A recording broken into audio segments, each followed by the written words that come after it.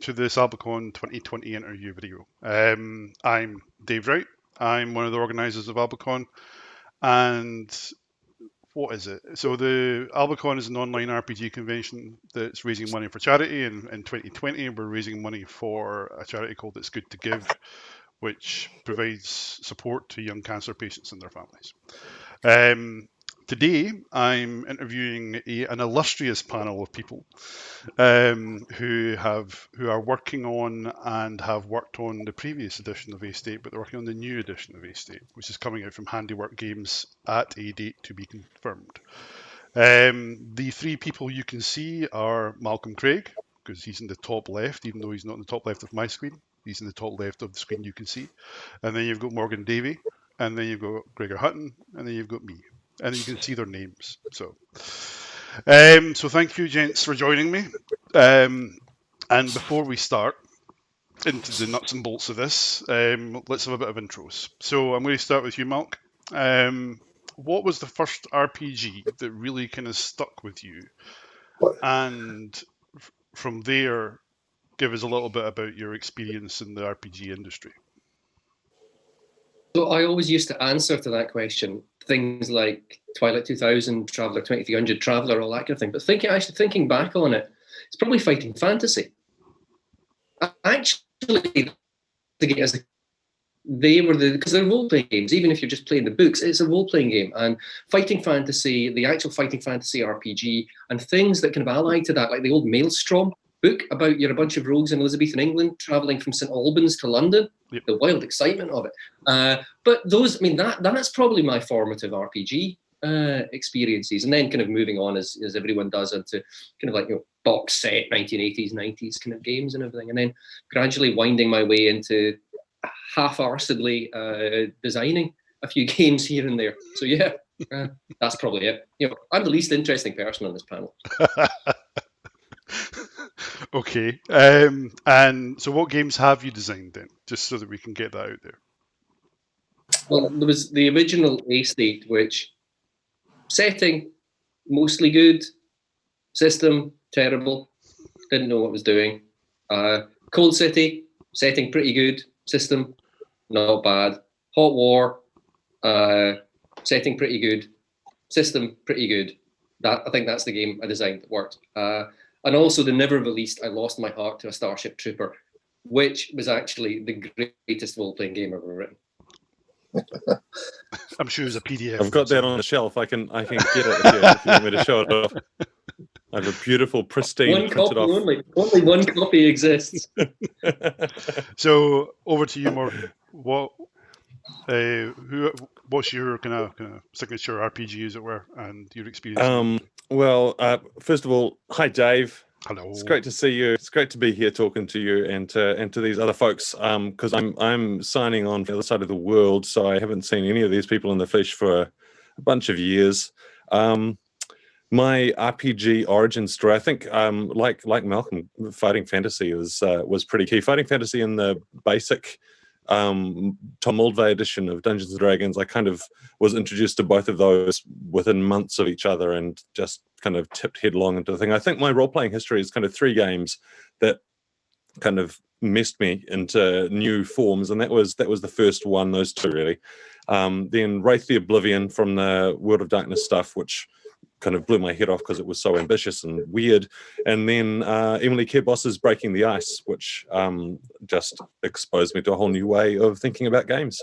And yeah, three cool games. What work have you done within the industry in general? I have kind of done a bunch of weird little D20 bits and pieces in sort of the horror and superhero genres. Probably the most visible thing I've done is a bunch of work for the Doctor Who role-playing game. I've released a bunch of free games and the Bachelor RPG True Love Match, but they're all pretty weird little things that are available on my website. Yeah. And you odds also and ends. Lots of cool odds and ends. A live stream type thing, don't you? You do theatre thing. Yeah, at the moment, I'm serving as the dungeon master for a live stage show with a bunch of improvisers and comedians playing Dungeons and Dragons here in Wellington, New Zealand. It's called Shoutouts, and it's very funny. Improvisers are kind of genius, and letting them do their genius in front of an audience is very exciting. Good stuff. Good stuff. And Gregor? Hello, everybody. Hello. So I had to go. Sorry, I just had to go back to my shelf there. You said, what game got you into role playing?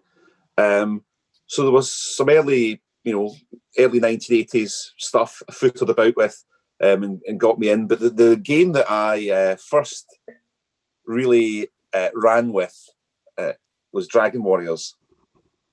So British fantasy role-playing game. This was 175 from Stirling W.H. Smith's back in the day. That's where you got your games. People say it's mainstream now. Never been more mainstream.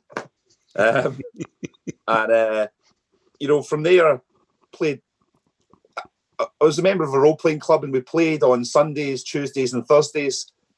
Probably to the detriment of my academic career, but there we go. And so you played lots of different games, played a lot of Cyberpunk.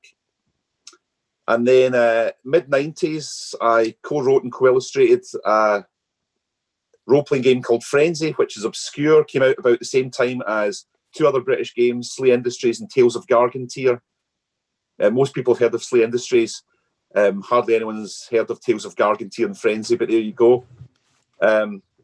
And then in the 2000s, I wrote small indie role-playing games, Best Friends, 316, Remember Tomorrow, which is just a translation of the original Spanish, Recuerdo el Mañana. That's a joke. Look at you with all your books ready to show as well. For clarity. And someone asked me a few years ago, what have you been doing in gaming? I said, not much. And I realised I'd actually done quite a bit of stuff for Worldwide Wrestling role-playing game, which is a Apocalypse World sort of game of pro wrestling, which was amazingly successful by the very talented Nathan D. Paletta. I'm obliged to say Nathan's name in every interview I give. And he's a wonderful fellow. Buy Nathan's games. And, I think for me, really been involved with some of the stuff on A-State back in the day. Paul and Malcolm, when they were doing A-State, they had such a wonderful vision and game, and I was lucky enough to be able to help with Lost Finder's Guide to My End and do the map and write some things for it. And so we had a bit of a scene going between 2003, 2004, and about 2010. This sort of wave with Matt Mitchell, and Andy Kenrick.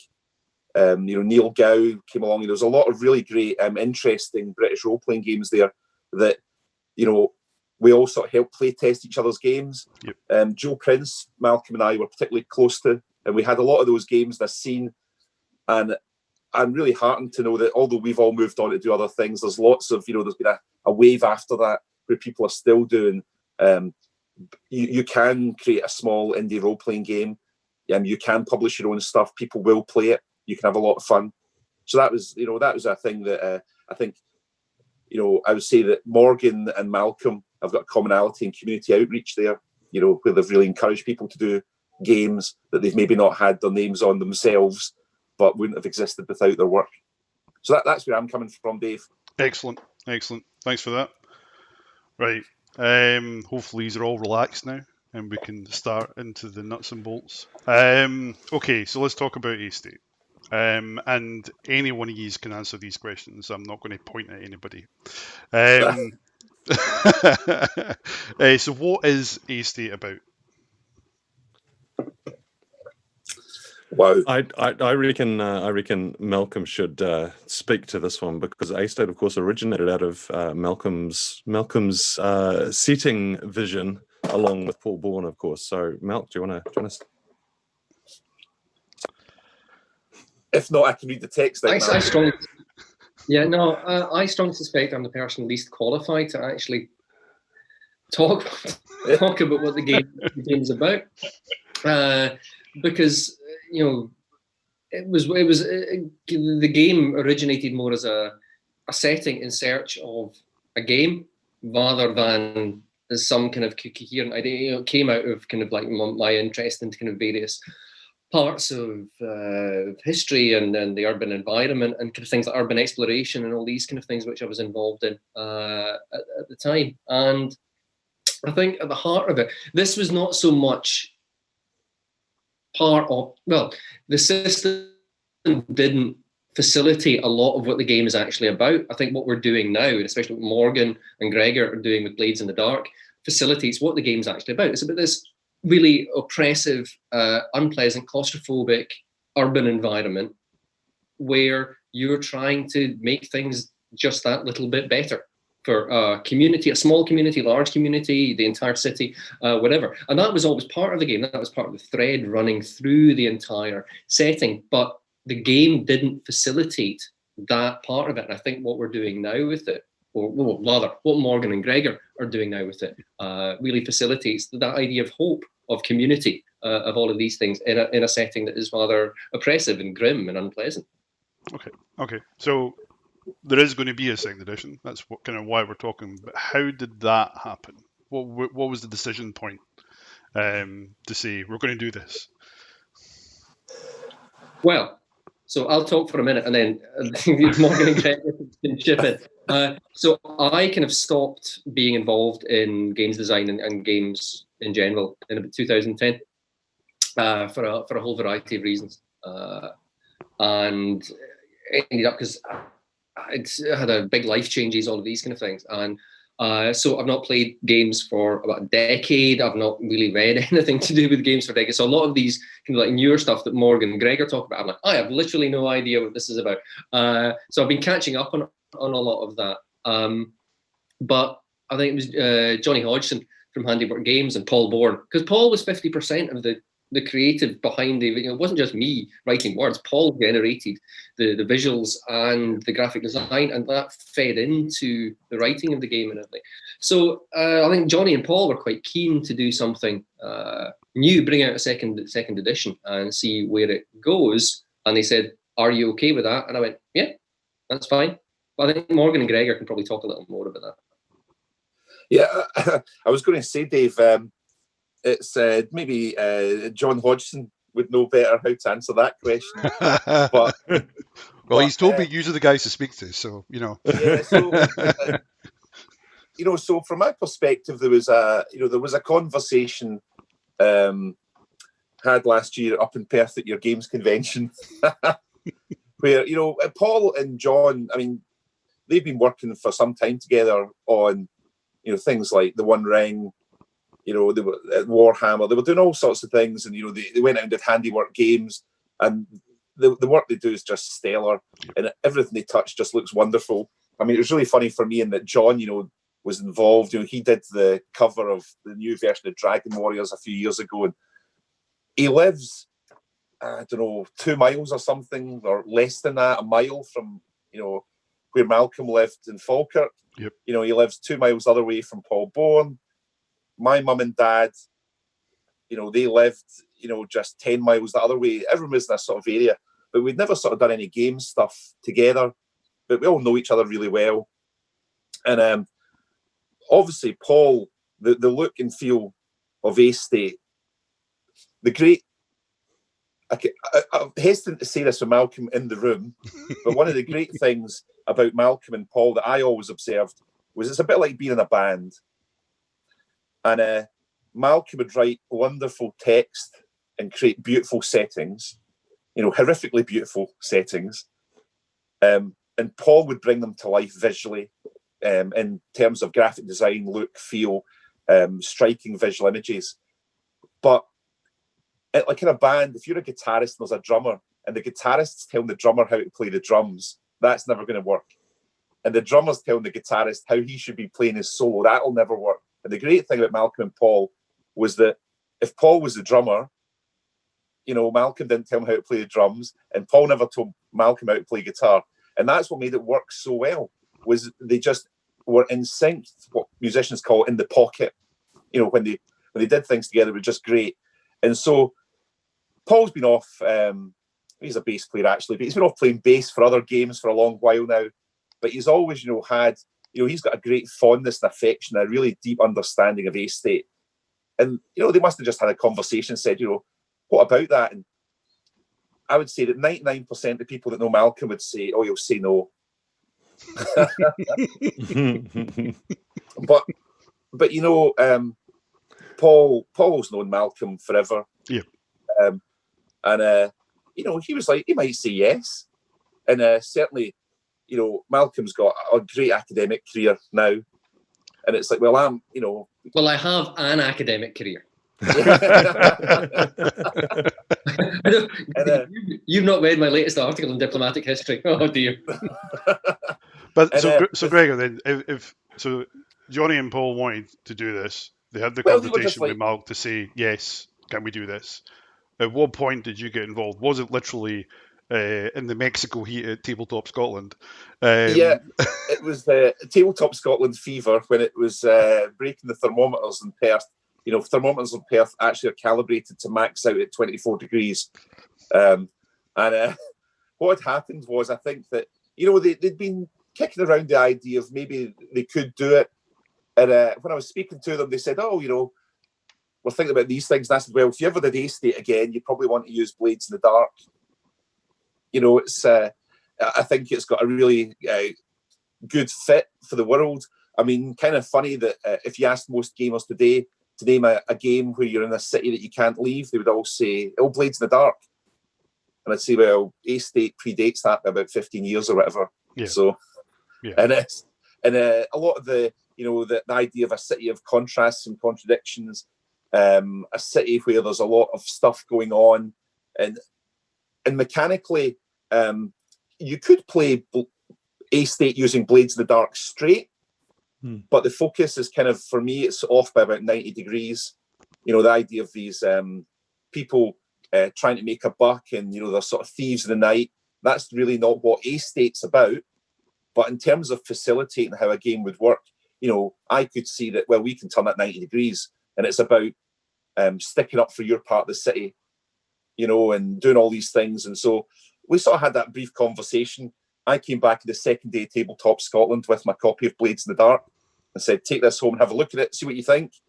But, you know, I think conceptually it's pretty good to do. And I think they then had the conversation with Malcolm, and he said, well, if you're going to, you know, he wouldn't object it, because I think there's a deep trust there about, you know, John and Paul aren't going to do anything to violate what was done with A State. You know, they get it. And I think that was a big part of it for Malcolm, if I could say that. And that was a big part of it for me. This wasn't a case of, we're going to license this out to, I should be careful what I say here. We're not going to license it out to large companies that have got lots of licenses that will just churn it out and offshore all the work. Yeah. That's as close as I'll get to saying that. So you decided to go with Force in the Dark. How easy was that? I mean, you've kind of hinted that it was a really good match, but what challenges have there been around the mechanics or the kind of baked in stuff of Blades in the Dark to translate that into A State? How challenging has that been? And has there been anything you've had to tweak, or, you know, anything like that? I think Morgan might be a good person to come in here, and then I don't know if Malcolm might have something to say on, you know, I guess some of the things is, you know, where we've sort of said to Malcolm, you know, like, try to just clarify sometimes the vision of what do we want to encourage at the table? Yeah. You know, what do you want to encourage in the ongoing game? And, you know, I'll hold my hands up. I mean, Morgan has done a great job. Obviously, I've seen the big document that Morgan's mainly written. And, you know, done a lot of work on it. But Morgan, do you want to speak to that point? I'll just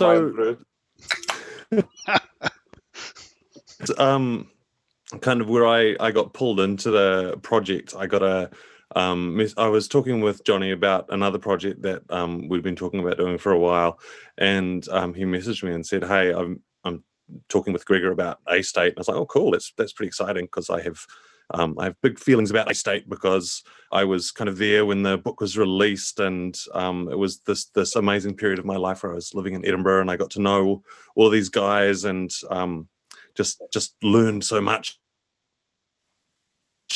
And and then kind of Johnny came back to me the next day and said, Malcolm's in, and I kind of fell off my chair, because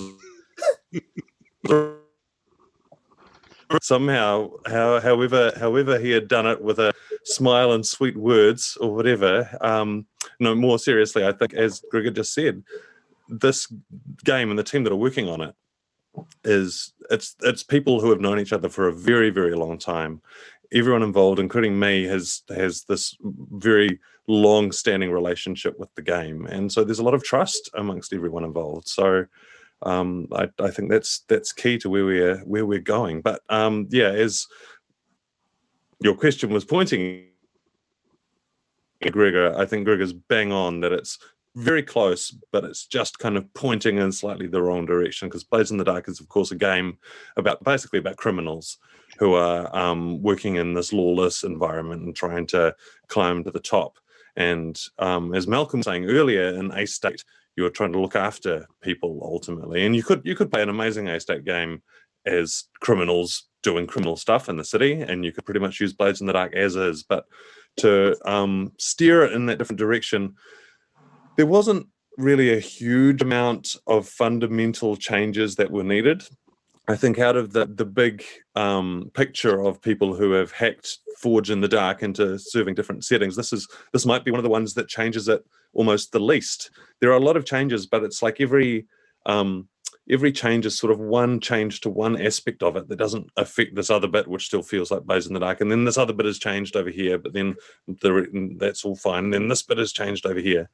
So as an example of one of the changes that we made, the Forged in the Dark systems have kind of a list of attributes, basically like skills that the characters have, that all characters have to do stuff in the game. And in Blades in the Dark, one of those skills is called Attune, because in their setting environment, they have this ghost field, and there's this whole supernatural layer that sits on top of it. So there's nothing equivalent to that in A State that is so accessible to the characters. There's weird elements in the city of A State, but they're not so forthright and accessible to the characters. So that wasn't going to work. And I worked through like 15 different other ideas, other verbs that could sit in there. And the one that I kept coming back to and eventually have settled on and we've been playtesting is the word care, because it's something that those scoundrels in Blades of the Dark, they are never going to care about anyone. They care about themselves and climbing up the ladder. But fundamental in what we're trying to do in this version of A State is to foreground a story where you are looking after the people around you who no one else is looking after. So caring actually becomes quite an important thing to do, and something that is relevant in quite a lot of situations. So those are the kind of tweaks that we've been employing for retooling the system in this new direction. Yeah, I was just going to say, to come back to that point, Morgan said that we all know each other pretty well. I mean, Malcolm and I were lucky enough to be at the civil partnership of Caroline, who got partnered to Morgan. So that's the way I've described that relationship, Morgan. Yeah. We're all pretty tight. Yeah, we're all pretty close. We were all there, helping affirm the vows for Morgan and Cal, and Malcolm and I really close. Help play test each other's games, and I think that again, it's the one of the greatest things that Malcolm has is it's that thing about being a band. Malcolm's the Dave Lee Roth of the classic era Van Halen, and he's quite happy for other people. He doesn't look happy with that comparison. And the thing is, Malcolm's like really comfortable with other people saying, "Well, you do the drum part, you do the guitar part. I'll, what do you need me to do?" That's really what's great about Malcolm's got that trust there with the people, and trust is one of the really cool things I think we've put into the game. In that, when Malcolm talked earlier about Hot War, there's such great affection in the UK gaming community for Hot War, and it was a game that really has a fantastic setting and, you know, a really great game system. And in there, it talked about how you could, you know, from Cold City Hot War, a bit of trust and how you could build that trust up. And one of the things about Blades in the Dark is you're these sort of scoundrels that go about. You don't really have to trust. If anything, you don't trust each other. And you are in a group, but it never addresses that explicitly from what I can remember. And implicitly, people just sort of, well, we're a party, you know, we've all gone into the tavern together, I guess we're all together. Where what was really good was the idea of how can we put something about there about having trust in there is really important. Yeah. And having that, you know, codifying it and saying, do you trust someone? And then when you don't trust someone, when you lose that trust in each other, it has a mechanical impact. And as much as a mechanical impact, it's going to have a fictional impact in your game. Yeah. You know, we really need to trust each other here. And if someone violates that trust, it's like, wow, that's going to take it in a really interesting fictional direction. It's not going to shut anything down. It's going to open things up. Yep. And then how do you rebuild that trust? You know, so these are human qualities. And for me, A-State was about this city. You know, you'll never forget the city, but the city will forget you. In some ways, the city is this embodiment of something that's not human. But inside the city are all these humans, and you know, we're all people, and you can use it as a sort of crucible to consider what life means. You know, what and one of the great things that comes out of Forged in the Dark is that when things are risky or when you push things, in some games you'd say you get failure, but what you get is you get complication. And that was always one of the things, again, from Cold City and Hot War, had complication. You know, this is so I could see this really great fit for Malcolm's design intentions. You know, I guess one way we could have done A-State was use the Hot War game system, but in some ways you think, well, why do a lot of writing and porting of that when actually I think Blades in the Dark, there's a lot of work being done between these years, and there's a system here that it's not far off, but if you know, you can tune it to be in the sort of right direction, and you can put in things that make it accessible to an audience that understands. You know, I mean, I love Band of Blades. You know, obviously I've got Blades in the Dark. You know, there's a community that play these games, and I thought we could have a vision here to say this isn't a hack of Blades in the Dark. This is A-State. Yeah. If you understand how to play Blades in the Dark, you'll be 99% there. And I think, you know, that's a really great way. So you don't have to care to it. You can just get on and play it and enjoy the game. And that's a thing that's been a sort of golden thread, I think, throughout. Actually playing games with Malcolm and Morgan has always been about, there might be stuff in the book, but actually it's what happens at the table. Yeah. Or these days, what happens over Zoom. Yeah. You know? No one's at a table these days. You know, it's never. And what was really funny to me about A-State was coming back to the text and the setting that establishes this world that we're going to try and probe mechanically with a game system, was how fantastically well this book stands up as a piece of writing. I mean, Malcolm can be up, he's all silent at the moment, quite right. I'm not going to blow praise his way. But, you know, Malcolm, I think it's fantastically well written. One of the things, just to give a little snippet, was we did a play test for it. And in the play test, there's a character who's a kind of activist, you know, in Jed September. And someone came back from the play test and said, this is a nonsense. Jed September's this activist going about with pamphlets, but he's illiterate.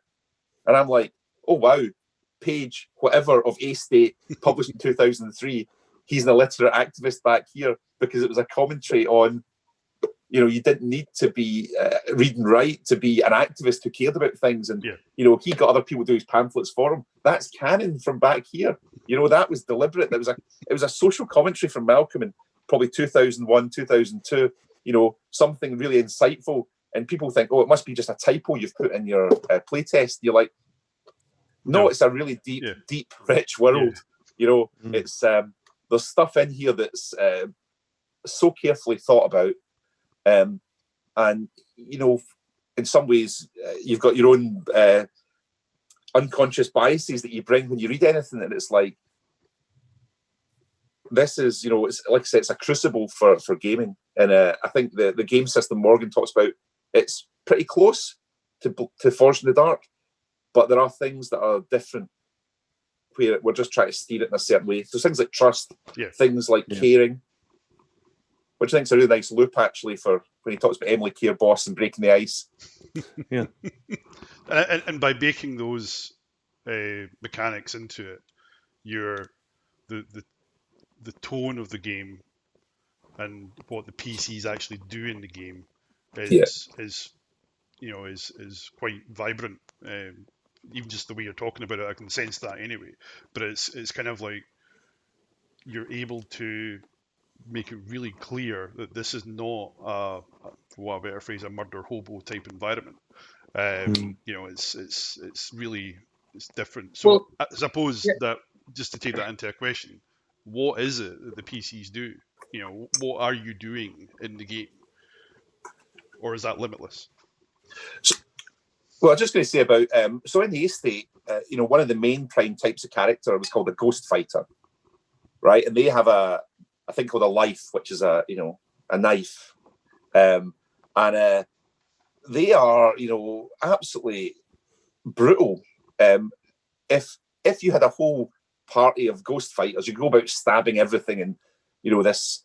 But the most iconic character in the estate that was a ghost fighter was Jane Card, and that's her last resort, is to do that kind of stuff. And we were like, how do we sort of codify that in the rules? And it's one of these things where you've got a ghost fighter. That's a really important thing probably to have in a party. If you don't have to, but if you have it there. But it's not about going about stabbing things. It's about being part of a community. Where were you born? Where did you grow up? And what was really nice to me is that a lot of the areas in estate, if you know the Falkirk area quite well, there's some of the things in there like Bankside and whatever, and you're like, wow, and it's that you pick a corner, you pick a part of the city, and Morgan could probably speak much more eloquently to this than me, but it's that thing of who are we, where are we from, and then there's lots of things the GM can bring that are stresses on that area, pressures. The Three Canals Metropolitan Authority want to turn you basically into, an offshore tax haven just off the shore of one part of the city or whatever. And, you've got these councillors elected for that part, and they're trying to defend their corner, but that has an effect on where you live.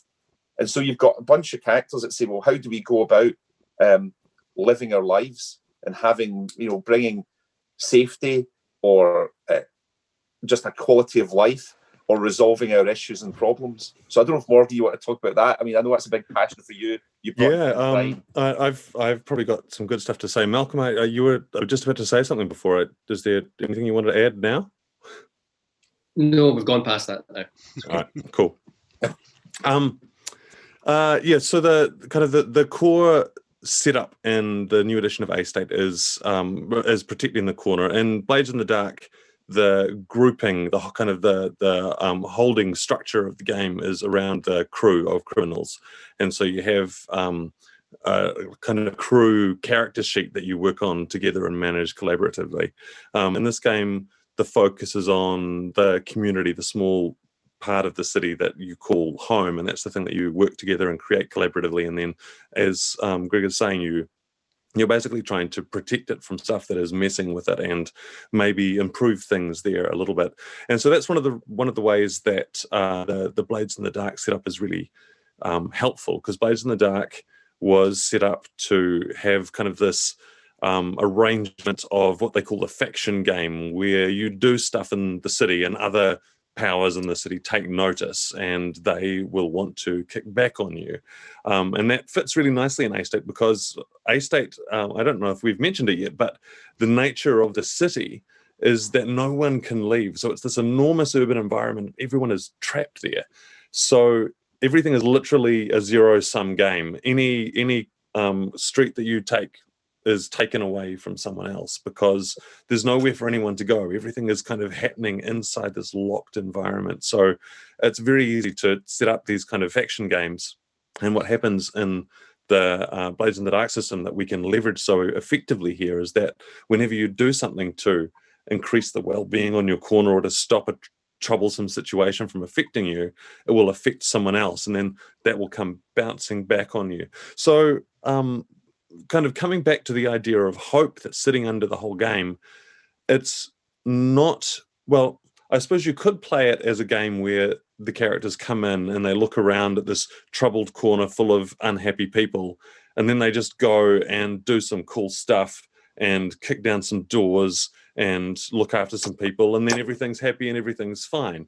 It would be possible to do that, but the way the game is laid out, the person running the game has a lot of power to tailor the kinds of consequences that the system is going to throw back to make everything hard. And I think that's one of the things that we're trying to tune with the final version of the game that we're getting towards a release candidate, I suppose, is to make it so when you make things better, it causes bigger problems, and those bigger problems can kick back on you even harder. So it's not, I wouldn't call it an optimistic game in a lot of ways. It's almost like a despairing situation, but you're trying to look through the difficulty of what you're facing and grab onto the little wins, the little advances that you can hold on to. That's kind of what I feel when I think about A State is you're always going to lose most of what you fight for and win, but hopefully you won't lose everything. I think for me, it was like trying to, if I think back, I've got a sort of thing task from of Malcolm. One of the earliest things for A-State, Malcolm, was Consequences of Debt. I mean, what an absolutely wonderful name for a scenario for original, Consequences of Debt. It's like there's about a dog track, people are gambling, the societal disturbance you get from that, and we're trying to build that sort of stuff in the game. Malcolm, have you got anything to say on that kind of stuff? Because that was a big driver that you really baked into the setting, was about it's not like in certain games where you just go out and kill stuff and there's absolutely no consequence to killing stuff except for getting XP and gold. It's like, if you're going to go out and do stuff, it's like it has an effect. But I don't know if you can speak to that, Malcolm. Yeah, so looking at the stuff that, especially as Morgan's been producing this like massive work of adapting Blades in the Dark to the game, it's some of the little things that Morgan's come up with in consultation with Gregor and Johnny and Paul to really kind of bake in to the way you play the game a lot of the assumptions that lie underneath it and about the setting. And two things that really strike me that Morgan's kind of like innovated into the system is the way that firearms are, they're so commonplace in societies around the world. They're so commonplace in role-playing games. In so many role-playing games we're familiar with, the characters go armed at all times with fire. But those things have consequences. In a city, you pull a trigger, that bullet could go through a window and kill a sleeping baby. It could, cripple someone. It's not just the target you're firing at. There are consequences when you pull. So what is now in the system is these mechanical innovations whereby you pull a firearm, even the act of pulling a gun out, knives and clubs and everything are a different level.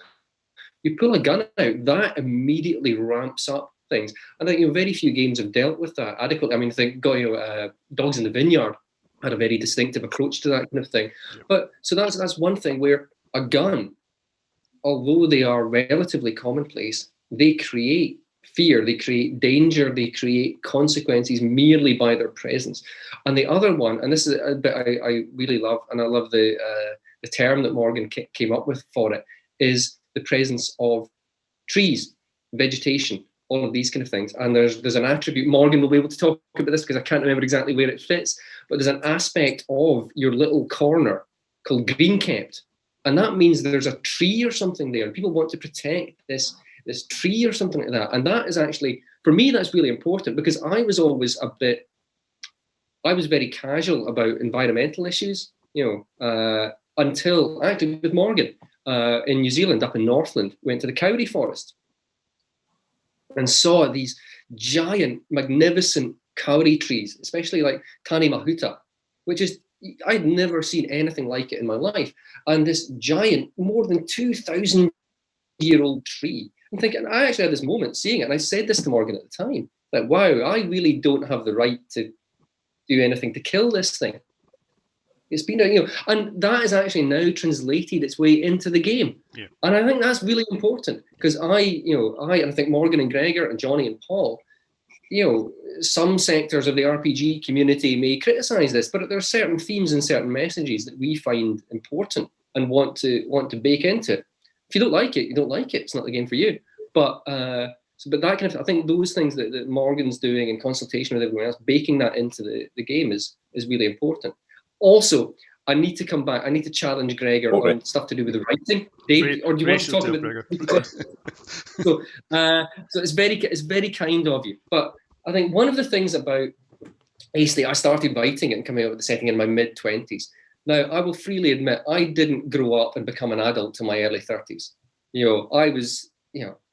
I had a lot of growing up to do, and there's a lot of stuff in the first edition, however good the setting might be, and I think there's a lot to recommend it. There's a lot of juvenilia in there. There's a lot of stuff that I now, as an adult, with the benefit of a couple more decades of experience, and looking back on it, I'm like, oh, that was some really awkward language. There was some bad ideas. There was some very prejudiced ideas in there. And those are the kind of things, I think, in terms of making changes to the setting. There's going to be no huge changes to the setting. I think old fans of the game can feel comfortable with that.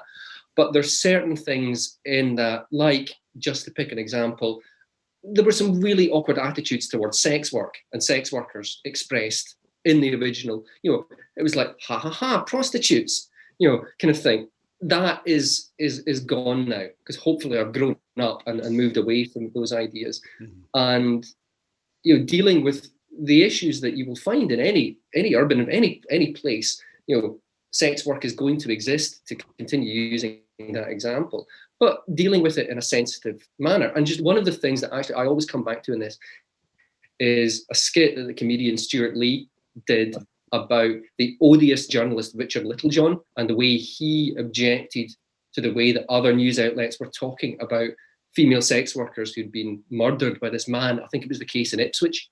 Right. And he objected to the fact that they were described as women who worked as prostitutes. So not purely identifying them by this idea of being a prostitute. Yeah. They were women who worked as prostitutes. They were not prostitutes, they worked as prostitutes. And Richard Littlejohn objected to this strenuously because he's an odious, odious man.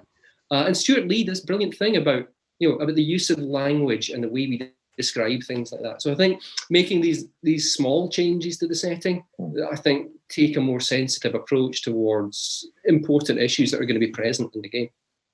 Yeah. Is there anything you want to add on to that, Mark? If there, in the sense of including the nature aspect, the natural world part of it, given the city's kind of tension and depression aspects. I think we're working through a lot of the consequences of some of the decisions that we've been making about the direction that we want to take the setting. And that's kind of the next big chunk of work, is to refine that enough that I would be able to give a coherent answer to that question. Okay. I don't think we're at that point yet. but I think what you've heard from Malcolm and Gregor is absolutely the direction that we're going, and we're pretty confident about what A State First Edition has given us, which is this incredible setting, but also the ways that we just want to make it more true to itself, really, for this new version. Okay. Yeah, and just to kind of add, there was a lot of stuff in it that there was a lot of quite juvenile J.G. Ballard fan fiction in there, and it's kind of like taking that kind of stuff out, but retaining what makes it good, and that's going to be, I think, one of the. Okay. So for people who didn't play the first edition, who say perhaps have no knowledge of the first edition, how does the game, introduce them to the world? How accessible is it to a GM to pick it. I mean, I know the book isn't finished, but from a game perspective, how accessible is it going to be for them to go, right, I know what I'm doing? Well, I've got stuff to say on this. It looks like Gregor does as well. So this has been something that has occupied my mind for a very long time, because A-State, when the book came out, and I didn't really know Malcolm terribly well at that point. Kind of knew each other to say hello to, I think. So I got this book and I took it home, and it was amazing, the vision that was in it, but it was incredibly dense with information, so much stuff in this amazing setting, and I could see myself just falling into it. But how to get people to kind of sit around and get up to speed on the details of the setting was a challenge that I started thinking about very hard. And there have been, like A-State was very renowned for these amazing games run at conventions when it was in development, and after it came out, where you had these pre-generated characters in a kind of detailed, sustained environment, and players could sit down and look at this detailed character sheet and dive into this one specific environment and get a really good taste of that thing. But then the whole bigger city kind of loomed overhead, and unless you wanted to sit down with the book and imbibe it, it was a challenge, as you say, to get people on board. So I think the Blades in the Dark stuff that we're using is helpful. One of the things that we're doing is making, as we say, creating that corner collaboratively.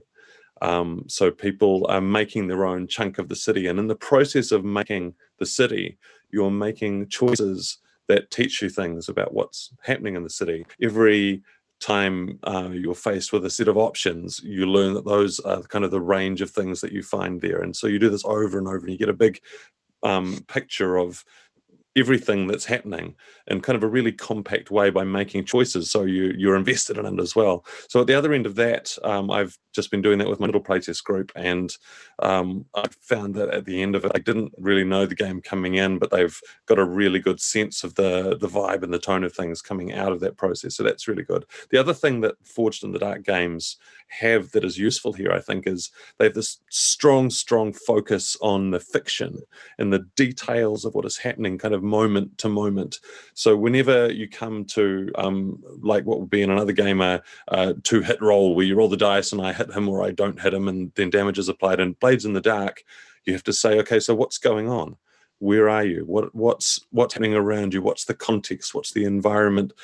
And all of those details can matter, and you talk about it as the group until you get some kind of consensus. And it might take very long, but it can take long enough to get that shared understanding. And so that focus on the details, again, is really helpful, because that makes the details matter, and it means that the environment starts to come alive in the game and sink into people's experience. The system's such a good fit for what we're doing with A-State, and it's kind of the answer to the question that I had when the first edition came out, that role-playing technology didn't really have an answer to. There was no answer to the question of how do you make this book full of ideas come alive at the table without everyone just working really, really, really hard. And now you have systems like this that support you every step of the way. That's me. Gregor or Mel? Well, Malcolm, have you got anything to add? You go first, Gregor. On you go. Oh, right. Okay. I was just going to say one of the things that was really frustrating for me with how sometimes the indie games community treated A-State back in the day. I can say this because it was Malcolm and Paul's game.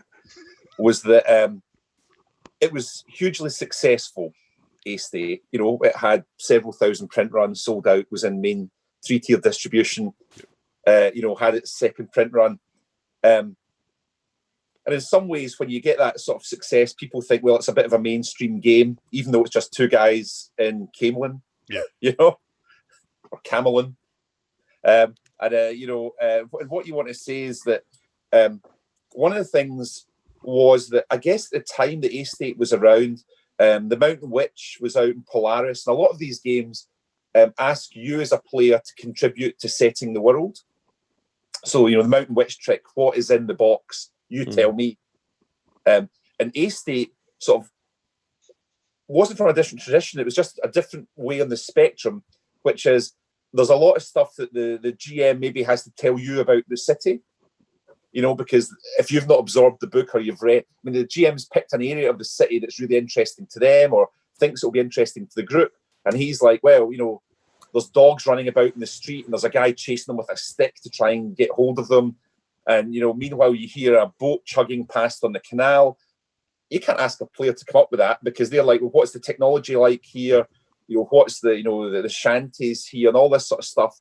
And what's interesting to me is that what Morgan's done, I think, really great is you start off with a corner and you can kind of contribute to that part of the city. You're picking an area that's of interest to you, but it allows the corner to grow and to go outwards, and you can add more things in. And it does come from that end of the spectrum where you can look at the book or ask the GM, what's technology like here, you know, and you can add that colour and that fiction rather than just saying, well, there's unicorns. You know, some games allow you to do that. There's unicorns running about. In an A-state, that is not the world. There aren't unicorns running about. You know, there's a very rich, detailed setting there for you to explore and learn about and interact with and pick the things you like from it. But I suppose for me, that was, I see them all on a spectrum, and some games were towards the end of, you know, let's create the world as we go along, and some are more towards let's explore a world that is there and we can fine-tune it. Yeah. And A-State for me is at that end of the spectrum of we've got principles and details and fictional stuff in the world that you can explore and find out about. And one of the things we got from, I think, the sort of first playtesting feedback was, even though the people were familiar with A-State, some of the players were saying, well, what exactly is technology? This seems weird. There's a gas lamp, but there's a pistol, you know, or there's a, you know, there's a you know, you might have a machine making little widgets for pipes. What's, you know, but you've got this other level of technology. And one of the things was saying, well, we should really pull together a bit of a primer. So one thing that we have leaned on poor Malcolm for was saying, okay, what would be an A-State primer if we had a few pages explaining in a short, quick way to a play group, this is what A-State is about. And so hopefully when the materials come out, a GM will be able to say to players, if you're fresh to it, here's what the city's about in broad terms, and we'll explore to find out in play. And each character sheet has got details on it. So when people naturally play, you know, if someone's playing an activist, he'll have a mere printing press with pamphlets. Someone else will have a life, and they'll explain that's a big sharp-bladed weapon. And, you know, these organic things will build up in play. But one of the things was getting that primer together. I mean, Malcolm, have you got anything to add on some of that stuff? Yeah, I mean, I think things like, I mean, Morgan is absolutely spot on about the density of the, you know, the setting, you know, because, I mean, I think I said before, it was a setting in search of a game, you know, originally. So there is this density there that can be like a lot of kind of like more traditional games. You know, it was beholden upon the GM to achieve like setting mastery and kind of know all the. But you don't. The thing is, you don't need to. I mean, you don't need to know this because communication is difficult. A lot of people don't travel far from where they're born and live and die. You don't need to know everything about it. You just need to know about your little corner and some baseline assumptions, like what do people eat? Dogs and fish mainly. Oh, you can't use. There's no such thing as radio. You know, it's almost important. You know, all these little kind of, you know, things that go towards that can be quite easily picked up, and you can oh, there's canals everywhere, and there's kind of like, oh, there's not a lot of bridges over the big canals, but there's a lot of ferries. You know, all these kind of things. These little details can be picked up from something like the primer, or from what, you know, is happening with the creation of the system. Is those are built in, as Morg said, are built into these creative aspects of character and of corner and situation, and you'll get a grasp of kind of like, you know, what's going on in terms of like, oh yeah, most people live at a level of technology that's roughly about 1890s, you know, kind of thing. But there's all this other stuff. Oh, we don't need to know about that. We just have a vague idea that it's out there somewhere and happening. And like, oh look, what's that big flying thing up there? I have no idea. I also just want to add to that the primer will be a perfect example of this, but an important way of communicating the setting that we have access to now that was not so straightforward back in 2003-4 is the advances of printing technology and the ease with which Paul's amazing artwork is going to be able to be incorporated into this new edition. And that's going to, it always communicated huge amounts about the setting, but now it really communicates a huge amount about the setting, and it's just essential to get your head around it. And I think you can go a really long way just by flipping through and looking at the images. It's amazing stuff he's coming up with. Yeah, and one of the things is about if you look at games like Apocalypse World and then Blades in the Dark, on your character sheets, there's things you can pick and choose, and so that naturally gives you. Well, if I'm playing Lost Finder, what are my choices that I can take? And that even the choices you don't pick are there in front of you, informing you of the sort of things in the city that you could do when you advance your character. And one of the things that is in Forged in the Dark games that we're thinking about quite a bit is the sort of what they call the tier, the level that you're at. And the idea is that you build over time your knowledge of the city and the system in a sort of chunkable way. You're not expected to have that Zen mastery of everything at first. Yeah. And having Zen mastery of all is not a desirable state for every playgroup. Yeah.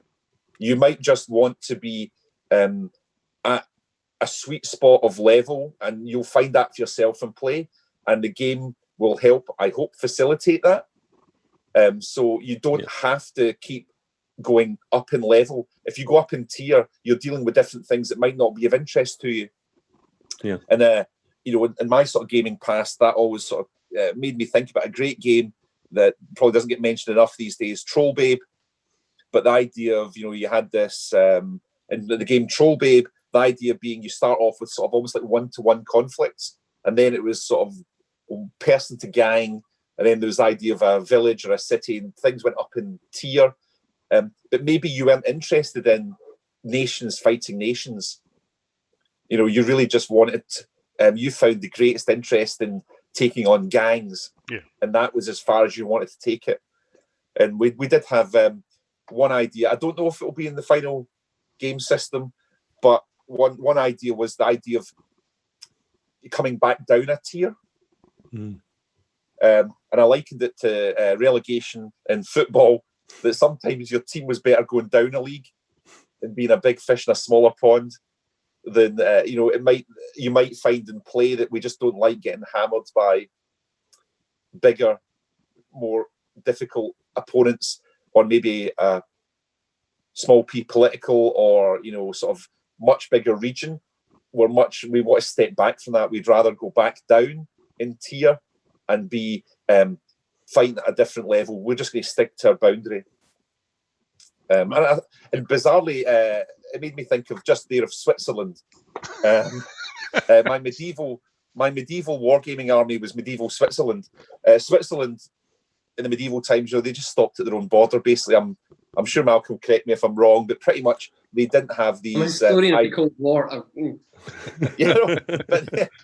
But they didn't.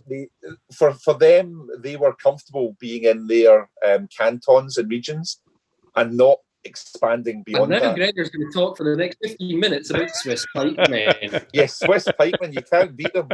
The Bears of Bern. But he's not. We're not going to let But him. I'm not. We're not going to let him. Well, you put your hand up at one point during that. You want to add No, it's one thing, and this is, I think, because we're bringing Paul into the conversation. Yeah.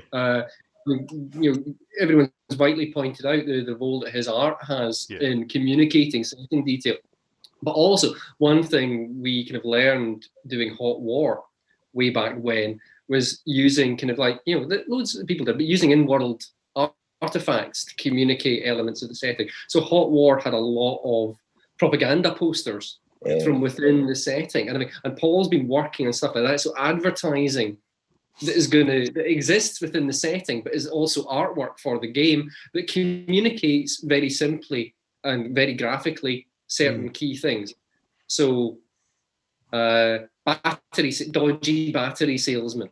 Like big lead acid batteries, big old lead acid batteries and Leyden jars and all these kind of things are really important because electricity is, a main thing. It's not a combustion engine based society. They do exist. Electricity is a big thing. So people, need for like boats, they need batteries on water, electrically powered boats with dodgy lead acid batteries. What can go wrong? Exactly. But there's a big trade in these things, and you get your high quality, and then you get your really dodgy guys down at the bottom. So having adverts for dodgy battery salesmen who'll sell you cut price batteries. Hey, they've only got a 50% chance of exploding and showering you in acid. Communicates certain things about the assumptions within the setting. And just to say about on the art front, obviously, you've got Johnny Hodgson, and Paul, and also I think we've got Scott Purdy doing artwork, and the look and feel of it. I think it's in colour and all this stuff, and it's modern. They've sort of brought it up to date, and it's one of those things where it's when you look at Paul's artwork and the work that Johnny and Scott have done, and you think it's so fantastically visual. Yes. And what is so great for me is it's that thing of there's this great visuality to it, but also there's some great language in there. And I suppose the good thing is we get to pick all the good stuff out of the book, and it's an opportunity to excise the stuff that Malcolm talked about that doesn't sit well, and that we don't want to have there. Or it was just like poor design decisions, actually, a lot of the time, that was reflective of, certain. So, to give an example, just very quick other example. So there were the kind of big corporation, the macro corps in the original setting of the game. They were kind of like boringly generic cyberpunk megacorp kind of things. And it was like, and they fitted the role that all these, this is the one that makes weapons, this is the one that does this and all that kind of thing. And out of discussions that we've had, we have changed that. I don't think anyone is going to be upset at the changes. If they're familiar with the old setting, I think they'll quite like them. But we've changed things around a little bit to make it less generic and actually reflective of kind of more interesting aspects. Just as a hint, Gilded Age America. There's a lot more influence of that on the way that we think about kind of how big business operates in the setting. Yeah, and in terms of like the mechanics, obviously we've got a system there. Sort of underpinning it is, this Forged in the Dark. And so the idea I would hope was that people would play A State, they'd enjoy the system, and then they can go off and play Band of Blades or Scum and Villainy. And for them, it will not be too much of a step away. And if people are into, Blades in the Dark, it's not too much of a step to come and pick up, A State. And I suppose for me, it's a bit like if you would compare basic role playing with Call of Cthulhu and Pendragon. It's, there's sort of similar sort of principles in those games, but Pendragon is a quite different game from Call of Cthulhu or from RuneQuest, say. Or if you wanted to compare, like, say, Phoenix Command, Living Steel, and Aliens, the role-playing game. Yeah. Or you might not want to. One of these application tables in A State.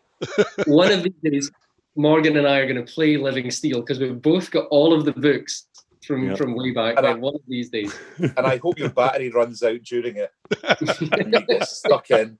Anyway, sorry. Right. Yes. Yeah, I'm very conscious of time. I'm more than happy to keep chatting, but we said we'd try and do this for about an hour or so. So let's start a kind of wrap up. I suppose it's more about shout-outs at this point. We've mentioned Paul and Johnny and Scott and various other creators that have influenced you.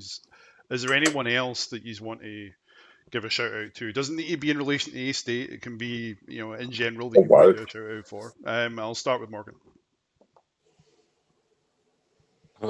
Gosh, I can come back to you if you want.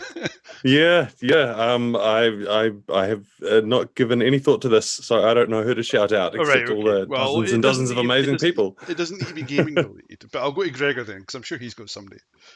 Well, I'm I was waiting for Gregor to be at a loss for words there. legally obligated always to say nice things about Mr. Garhan Rahan. You should buy his novels and games he works on. Same with, Pelgrane Press and all the excellent works they put out. But I suppose one thing for me is, recognising that online play community. Thanks to all the play testers, first off, that volunteered to do it. I know that, there were some people put their videos and stuff and gave feedback reports online. One of my good friends in Dublin, Donna McCarthy, he's got a sort of YouTube channel where he puts a lot of games up where you can see how to play Blades in the Dark. You can see how to play some other games. And he plays with a very rich group of people from across the globe. And I know that I greatly enjoy getting to play with Donna when I get to Dublin and I get down to Cork. So a big shout out to the playtesters and, everyone that helped in that way. And I would say, support your streamers, support small independent game designers. That's my general point. Okay. Do you need more time, Morgan, or will I go to Malcolm? So I just want to do a big shout out to the Indie Game Reading Club, which is it's basically a blog run by a guy named Paul Beakley, but it's also a little online community that he's been cultivating that's been just kind of looking at kind of critiquing and understanding what's going on in game design over the last little while. Kind of pretty much since the advent of Facebook and Twitter, social media has kind of destroyed a lot of the online communities that I used to go to talk about games and develop my understanding of them. Google Plus was really huge for a while, but that went away as well. And there's not really any big place if you want to learn about games and think about games and talk about games and build your understanding. There's no kind of mecca as there used to be, and now there's just all these kind of tiny little locations. And so that one has been really important to me. I think Paul's doing some incredible work there. So check out the blog, Indie Game Reading Club. Very cool. I've written it down and I will add it to the show notes, as I will for that YouTube stream that you mentioned, Gregor. Malcolm, anything you want to add? Yeah, I'll try and keep this brief. Actually, I'd like to thank Morg and Gregor and Paul and Johnny, because it's kind of weird for people to have faith in this creaky old game that I wrote text for back in the late 90s, early 2000s. So it's really quite humbling in many ways that it's having a kind of like Christ-like second coming. So that is really important. And also, I mean, the people that are here right now, I would never have developed as a games designer in air quotes. I would never put myself up with like certain people whom I admire greatly, two of whom are here, in terms of design, without Morg and Gregor, because they hugely influenced the Cold City, and then Hot War came, was created while I was out in New Zealand, and Morgan out there was an intrinsic part of developing that game. And Morg, Steve Hickey, and other people came up with some of the key ideas that made that game so much better.